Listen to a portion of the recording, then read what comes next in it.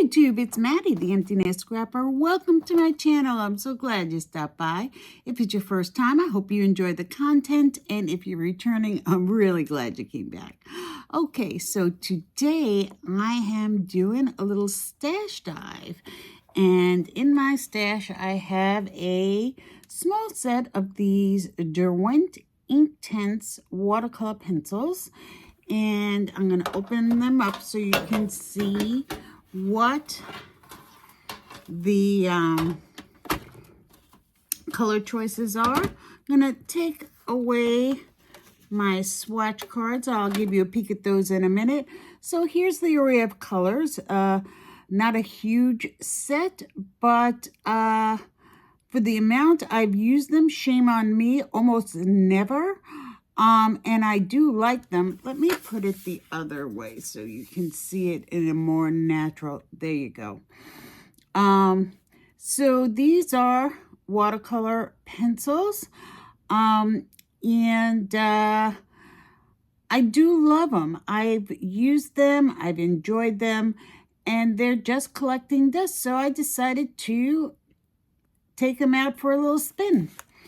So, any of you who know me know that I am a swatcher, and when I'm real good, I put some swatch cards inside the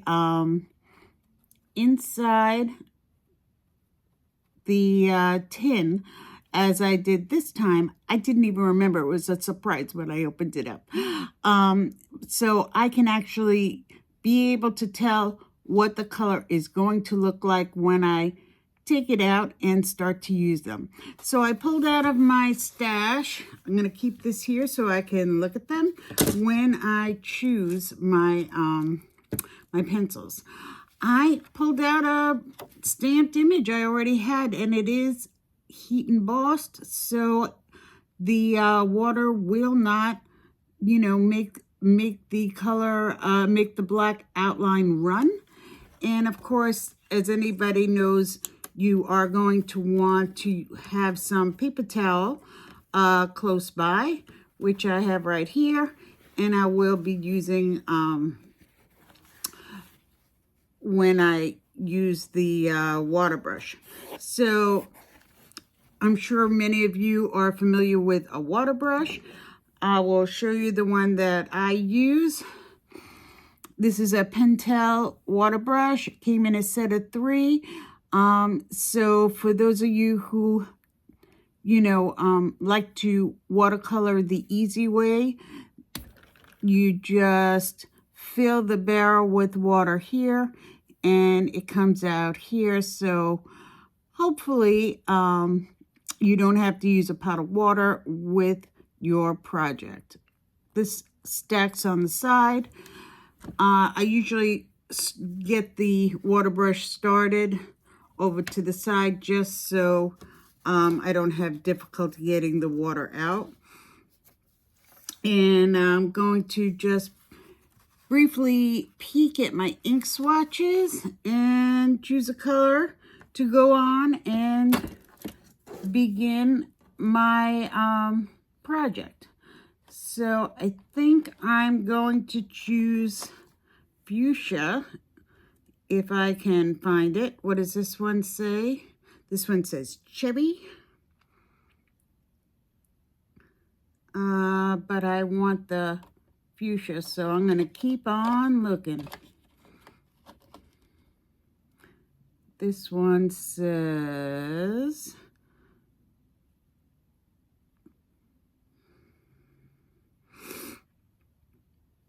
that's not it. Let's see. It's this guy. This is it. So I'm just going to go very simple and start off with these flowers here. So if you've tried a watercolor pencil, crayon, any water-soluble medium, you know that you can just scribble that color down, and that's all I'm doing. I am scribbling the color down, and then it will liquefy when you add the water. So what I'm doing is just putting it down on these dark spots where the color would be darker. So in other words, this is like coloring for dummies. This artist already showed me where the color would be most intense, and that's where I'm laying down the pigment. And once the pigment is down, I can just pull the color up and hopefully it will stay darker where I originally laid the pigment down and lighten up towards the edge. That is my hope. That's what I'm going to try to achieve. And we'll see if that works. Otherwise, what we get, we get. And if I like it, I'll use it. And if I don't like it, well, hopefully we'll have fun. So if you got something in your stash that you haven't played with in a while that you should be showing some love, take it out. Dive into your stash and play right along with me. That's my hope. My hope is that whoever is watching is just going to play with their items the same way I am. You don't have to use what I use. You don't have to do what I do. Believe me, you will see. I don't have any talent. I just have fun. And since I have all these supplies, and many of them are very good supplies according to people who know, which I am not one of them, but these are good supplies. And from what I've heard from other people, and I do like them, and I do have fun with them. And to me, that's what makes it a good supply. So if you're a crafter that isn't really an artist, just likes to play around, well, if you have some supplies and you want to play, dive in and play. Now it's time for the water. So let's see what we get. Let's see what we get. Gonna pull out my pigment, and it liquefies beautifully. I love the way you just touch it, and the pigment is flowing. So that's what makes me happy when I have some water-soluble crayons. And I know you guys, pencils, crayons, similar concept, just a different feel when you are using the art product. But I just want to say, when I have a product like that, and I do have a lot of them, to me, what I love is if I really can get the medium to liquefy easily. I don't want to see lines. I just want to have that pigment flow as soon as I touch it, and that's what I get with these. So the either it could be a good thing or a tricky thing with this particular brand. It's a little bit different than some of the other watercolor crayons because these pencils, rather than crayons, I'm sorry, they are pencils. These pencils are permanent once they dry. In other words, supposedly, when you, after you, oh, look, that's not what I wanted. There we go. Lifted. Beautiful. After you liquefy and then let it dry, it will not reactivate with the water again, so it's permanent. So like the good thing about that, if you do like that, the good thing about that is that if you mail your card and it gets caught in the rain, the recipient won't have a big mess when they see it, when they receive it rather, because the color won't run. It won't run because it's permanent. So I kind of like that. And that is something that most of the other similar products can't do. So that was something I liked about this product. I got this many, many years ago as a gift. It was on my wish list. And when I opened it up, I really did like it a lot. So why is it collecting dust in my craft room? I don't know. I'm not sure. I can't tell you. The only thing I can tell you is I decided to break it out and take it for a little spin, because why not? I've got it. I'm going to enjoy it. And then I'm going to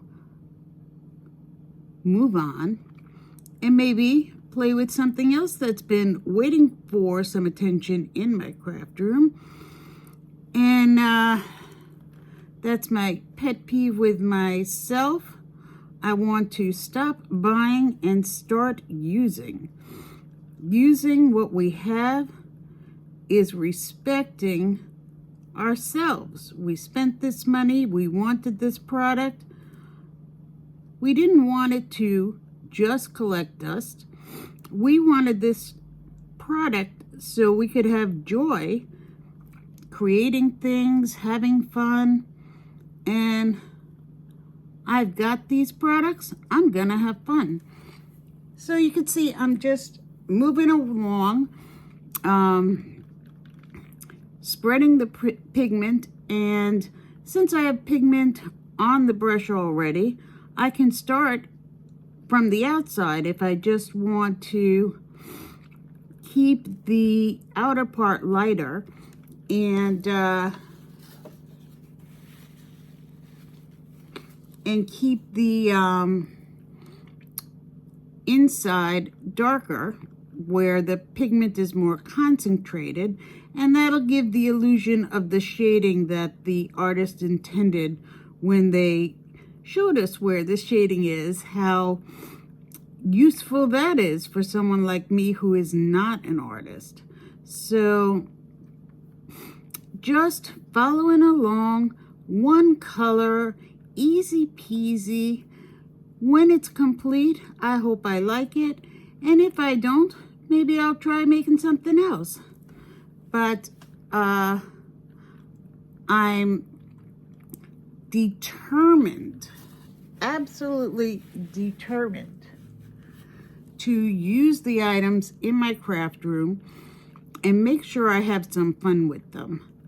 Make sure they get some attention and love. And if I like them, I'm going to try to remember to use them more. And if I don't like them, I'm going to pass them along. Maybe someone else will like them better than I do. So I honestly have no idea when I stamp this what ink it is.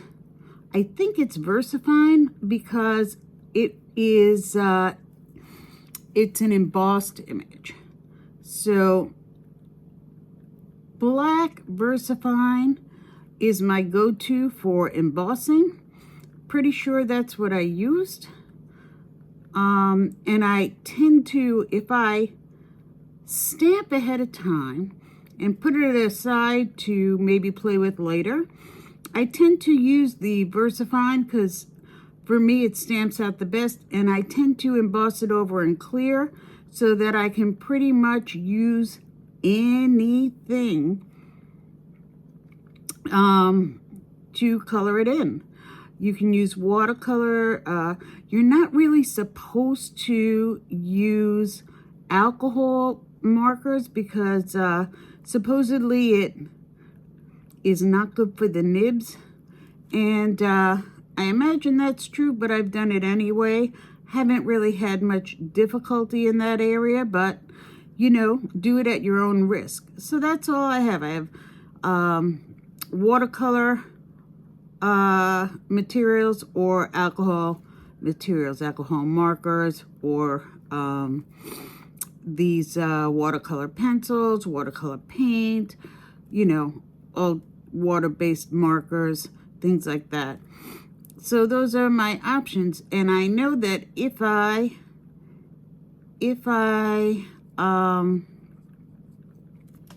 emboss it, I don't have to worry about remembering, was it memento, can I use it with alcohol markers or not, because if I emboss it, anything goes. So that's what I tend to do. And you know, let me know what works for you. Do you snap ahead of time and come back and color it in later on, or fussy cut it, or put it on a card, whatever? Do you do it ahead of time? Because I find it a great time saver, especially for something like this. Okay, so for the buds, in my mind, they're darker. And so I'm gonna color almost all of it in and then just smooth it out with a little bit of pencil, as opposed to having a variation of color like I did on the open flowers. But like I said, I don't really have artistic talent. I am going to go a little slower because I went outside the line, and even if you're just scribbling, a kindergartner can stay inside the line. So I'm going to try to be as good as a kindergartner and do my best to stay inside the line, as opposed to just putting it down willy-nilly out of control. Let's see if I can erase this little part, because that's gonna bother me. Just carelessness. So got most of it out. If it bothers me, I guess I will use a gel pen or something. This is the Tombow Mono Eraser, and it saves a multitude of errors, and that's me. I am always making errors, so I need to keep things like that handy. So this, I'm just going to keep it the full strength color pretty much, and just liquefy that color. And to me, when I use medium like this, be it watercolor pencils, watercolor crayons, anything that you use a water brush with, and then your color smooths out. If I can, with very little difficulty, get rid of those original lines, I'm calling myself a winner. That is what I look for. I guess I mentioned that already, but with this larger part of the image, even more so. Even more so, it's evident because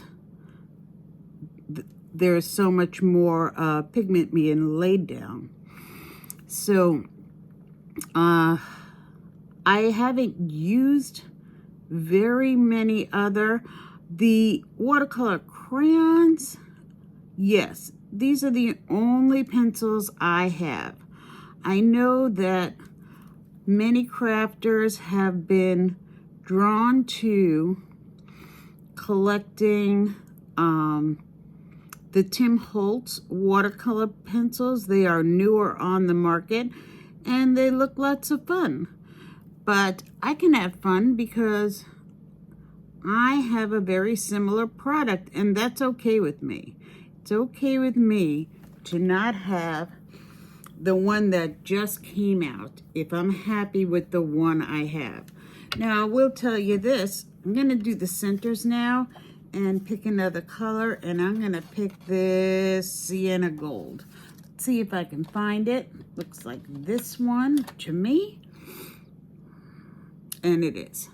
So I'll tell you this, I am fine using this brand. And, you know, maybe I would have chosen a collection with maybe more pencils. They've got a lot more. I think they've got 100. Don't quote me on that, but they definitely have a larger selection. But the neat thing about these, I'm pretty sure they sell them open stock. So if I feel like I wish I had more colors, I can just buy whatever color I feel I need and not have to buy a whole additional collection. So that's pretty neat. Okay, so now I'm going to go with 2 greens for the leaves and call it a day. So I think I'm going with field green and felt green. So what I'm going to do on this part is try to be bold. Field. Is this felt? No, this is apple. Which one is apple? Do I want? Maybe I want apple and felt. I think I do. This one is apple. And this one is leaf. No, I don't want leaf. That's a good thing about swatching things out. I can look over at my swatch and see what I want. Okay, these are the 2 greens I'm going with. So this one is the felt green. It's a little bit darker. Yes. And this one is the apple green. It's going to be a little bit lighter. So this time I am going to be bold and use 2 colors. So again, I'm going to take the lighter part at the edge, and the darker part I'm going to come back with the darker color, because that is the color, the part that the artist is telling me is darker, because they have those additional shading lines there. So I feel as if I've got instructions with those lines. That's why I like this stamp. I feel as if it takes much of the guesswork out for me. I am no good at thinking of where would shading be, where would lighting come in. Let me know, do you struggle with that, or if there's somehow that I can learn that? Maybe I will watch some videos and see. I've heard people say the light's coming from here, so I'm gonna do highlight here, but I don't know. If I think the light's coming from one side, I still don't know where I would put the highlight. So, you know, I don't know if that's something you're born with or something you observe other artists do. So now I'm just going over the dark part. And then when I liquefy, I'm going to let them mix together, and hopefully it will look okay. And I think this is the last color, and we will be able to finish at least this part of our panel. Someday it may be a card or part of a scrapbook or something, but when we finish coloring this in, that's gonna call it a day for me. I will say I am loving using these pencils. I think they are super fun. I absolutely am enjoying being able to refer to my swatch chart.